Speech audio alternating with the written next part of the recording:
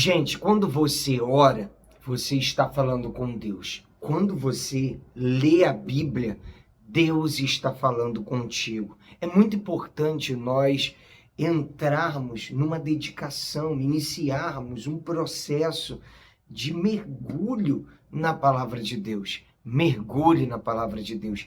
Esse plano anual de leitura bíblica é um incentivo para você que diz assim, olha, eu quero mais de Deus, eu quero aprender mais das coisas de Deus. Por isso nós estamos apresentando esse método, esse plano, que se consiste em nós lermos trechos da Bíblia, e esse método é muito bacana porque quando você lê um trecho, e aí você vai para um outro lugar da Bíblia, continua lendo, aí para, e você vai para um outro lugar da Bíblia e continua lendo, a leitura vai se renovando. E aquelas pessoas que têm um pouco mais de dificuldade de ler, não só de ler a Bíblia, mas de leitura mesmo, elas vão conseguindo avançar. Então vem com a gente, porque nós estamos aqui para te ajudar. E esse ano você vai conseguir ler a Bíblia inteira, tá certo? Se você não é inscrito no canal, se inscreva. Dá essa força aí, se inscreva no canal, dá o like e compartilha para os seus contatos e grupos. Vamos à leitura de hoje. Dia 109, nós vamos ler Deuteronômio 31 e 32, Jó 23 e 2 Coríntios capítulo 13. Deuteronômio 31. Josué, sucessor de Moisés. Moisés foi e falou estas palavras a todo Israel. Ele disse: hoje estou com 120 anos de idade, já não tenho forças para fazer o meu trabalho. E o Senhor me disse, você não passará o Jordão. O Senhor, o Deus de vocês, passará diante de vocês. Ele destruirá as nações que estão diante de vocês, e vocês tomarão posse delas.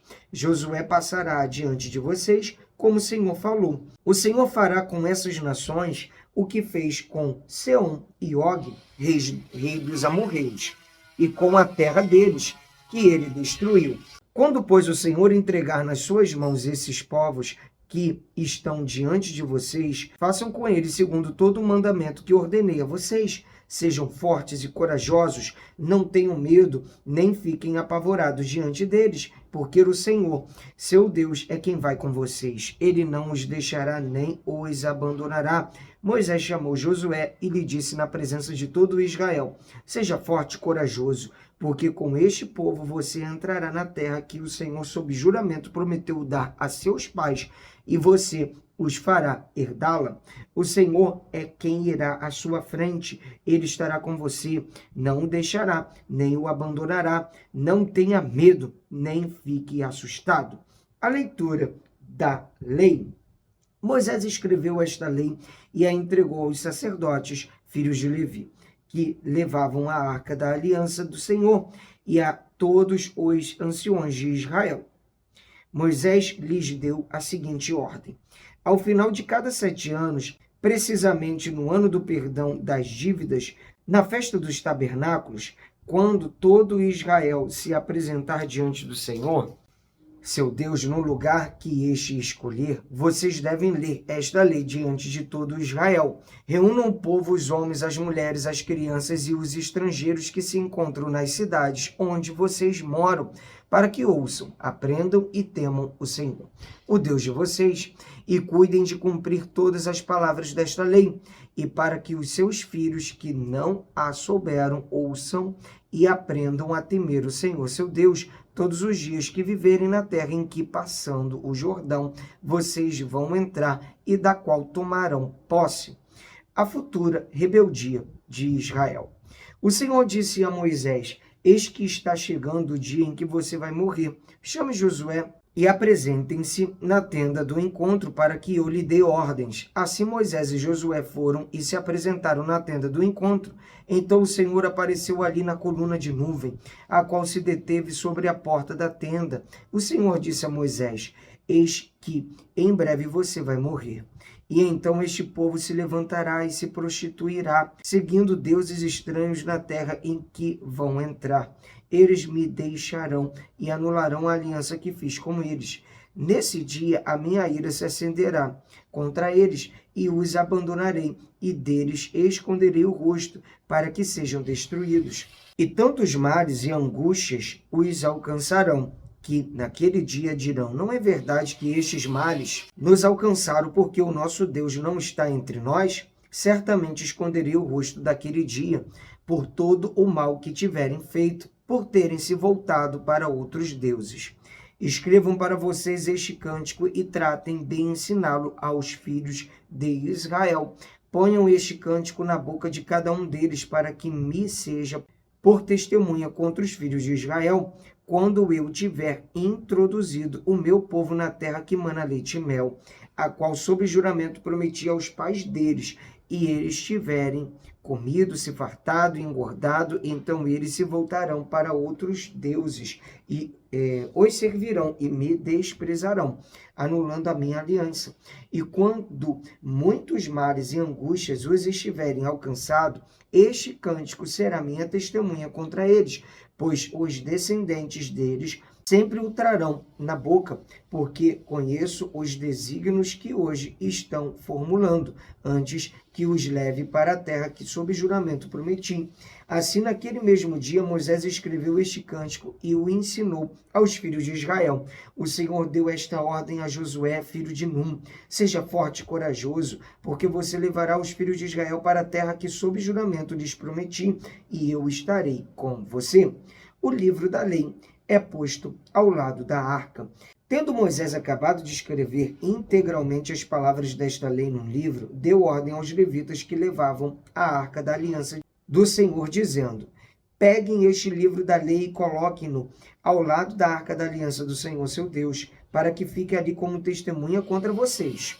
Porque conheço a rebeldia e teimosia de vocês, porque se hoje, durante a minha vida, enquanto ainda estou vivo, vocês já são rebeldes contra o Senhor, o que vai acontecer depois da minha morte? Reúnam diante de mim todos os anciões das tribos e os oficiais, para que eu fale aos seus ouvidos estas palavras e tome o céu e a terra por testemunhas contra eles. Porque sei que, depois da minha morte, vocês certamente se deixarão corromper e se desviarão do caminho que lhes tenho ordenado. Então, nos últimos dias, este mal os alcançará, porque vocês farão o que é mal aos olhos do Senhor, provocando a ira com as obras das suas mãos. O cântico de Moisés. Então Moisés pronunciou integralmente as palavras deste cântico aos ouvidos de toda a congregação de Israel. Incline os ouvidos, ó céus, e falarei, e ouça a terra as palavras da minha boca. Goteje a minha doutrina como a chuva, destile a minha palavra como o orvalho, como chuvisco sobre a relva e como gotas de água sobre a erva. Porque proclamei o nome do Senhor, louvem a grandeza do nosso Deus. Eis a rocha, suas obras são perfeitas, porque todos os seus caminhos são juízo. Deus é fidelidade e nele não há injustiça, é justo e reto. Procederam corruptamente contra ele, já não são seus filhos, e sim suas manchas. É geração perversa e deformada. É assim que vocês retribuem ao Senhor, povo tolo e insensato? Não é ele o pai de vocês que os adquiriu, que os fez e estabeleceu? Lembre-se dos dias da antiguidade, atentem para os anos de sucessivas gerações, perguntem aos seus pais e eles informarão, aos seus anciões e eles lhes dirão, quando o Altíssimo distribuía as heranças às nações, quando separava os filhos dos homens uns dos outros, fixou as fronteiras dos povos, segundo o número dos filhos de Israel, porque a porção do Senhor é o seu povo, Jacó é a parte da sua herança. Ele o encontrou numa terra deserta e num ermo solitário povoado de uivos, rodeou-o e cuidou dele, guardou-o como a menina dos olhos, como a águia desperta a sua ninhada, e voeja sobre os seus filhotes, estende as asas e tomando-os, os leva sobre elas. Assim só o Senhor guiou o seu povo, e não havia com ele Deus estranho. Ele o fez cavalgar sobre os altos da terra, comer o produto do campo, chupar mel da rocha e azeite da pedra dura. Alimentou com coalha de vacas e leite de ovelhas, com a gordura dos cordeiros, dos carneiros que pastam em Bazã e dos bodes, com o melhor trigo. Mas Jesurum engordou e deu coices. Vocês engordaram, engrossaram, se estufaram e abandonou a Deus que o fez, desprezou a rocha da salvação. Com deuses estranhos eles provocaram ciúmes, com abominações o irritaram, ofereceram sacrifícios aos demônios, não a Deus. Sacrificaram a deuses que não conheceram, novos deuses que vieram há pouco, diante dos quais os seus pais não tremeram. Não se lembraram da rocha que os gerou e se esqueceram do Deus que os fez nascer. O Senhor viu isso e os desprezou por causa da provocação de seus filhos e suas filhas. Ele disse: esconderei neles o rosto, verei qual será o seu fim, porque são uma geração perversa, filhos em que não há lealdade, provocaram ciúmes em mim, com aquilo que não é Deus, com seus ídolos me provocaram a ira, portanto provocarei ciúmes neles com aquele que não é povo, com uma nação tola os despertarei a ira, porque um fogo se acendeu no meu furor e queimará até o mais profundo do inferno, consumirá a terra e as suas colheitas e incendiará os fundamentos dos montes. Amontoarei males sobre eles e esgotarei as minhas flechas contra eles, consumidos serão pela fome, devorados pela febre e peste violenta. Contra eles enviarei animais selvagens e veneno de criaturas que se arrastam no pó. Do lado de fora, a espada causará devastação. Em casa, o pavor, tanto ao jovem como à virgem, tanto à criança de peito como ao homem de cabelos brancos. Eu disse que os espalharia por todos os cantos e que faria cessar a sua memória dentre os homens, se eu não tivesse receado a provocação do inimigo, para que os seus adversários não se iludam, para que não digam: a nossa mão prevaleceu. E não foi o Senhor quem fez tudo isto, porque o meu povo é gente sem juízo, e neles não há entendimento. Quem dera fossem eles sábios, então entenderiam isto, e compreenderiam qual será o seu fim. Como poderia um só perseguir 1000, e dois fazerem fugir 10.000, se a sua rocha não os tivesse vendido, se o Senhor não os tivesse entregue? Porque a rocha deles não é como a nossa rocha, e os próprios inimigos o testam. Porque a vinha deles é da vinha de Sodoma e dos campos de Gomorra. As suas uvas são uvas de veneno, seus cachos são amargos. O vinho deles é veneno de serpentes e peçonha terrível de víboras. Não está isto guardado comigo, selado nos meus tesouros? A mim pertencem a vingança, a retribuição a seu tempo. Quando o pé deles resvalar, porque o dia da sua calamidade está próximo e o seu destino se apressa em chegar. Porque o Senhor fará justiça ao seu povo e se compadecerá dos seus servos, quando notar que o poder deles se foi e já não há nem escravo nem livre. Então dirá: onde estão os seus deuses? E a rocha em quem confiavam, deuses que comiam a gordura de seus sacrifícios e bebiam o vinho das suas libações?